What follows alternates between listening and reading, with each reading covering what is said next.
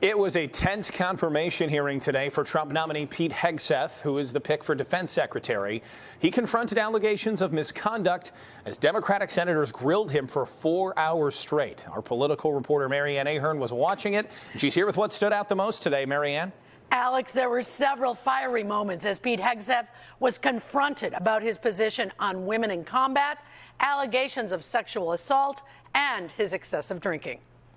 Our left-wing media in America today, sadly, doesn't care about the truth. A contentious hearing for Defense Secretary appointee Pete Hegseth, as he is expected to face the most difficult path of those appointed by Donald Trump. The 44-year-old veteran's prior statements on no women in combat drew sharp criticism. I mean, you're basically saying women, after they have children, can't ever serve in the military in a combat role. You're not qualified, Mr. Hegseth.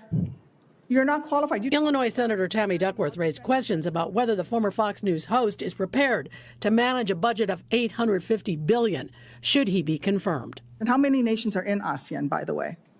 I couldn't tell you the exact amount of nations. Mr. Hegseth, none of those countries are in ASEAN. None of those 3 countries that you've mentioned are in ASEAN. I suggest you do a little homework. Today's Senate hearing interrupted several times by protesters.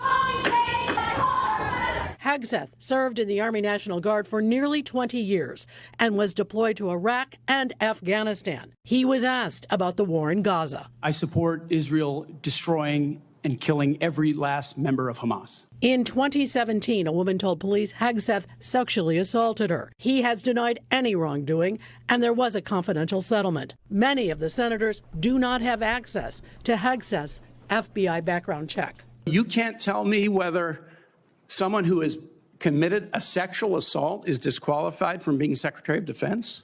Senator, I know in my instance, and I'm talking about my instance only, it was a false claim. How many senators have showed up drunk to vote at night? Have any of you guys asked them to step down and resign from their job? And don't tell me you haven't seen it, because I know you have. Supporters today included more than 30 Navy SEALs and Green Berets seated behind Hegseth. The committee is expected to vote Monday to advance his name to the Senate floor. And if Hegseth receives all 50 Republican senators, he will also need incoming Vice President J.D. Vance's tie-breaking vote to confirm him. Alex? Thank you, Mary Ann.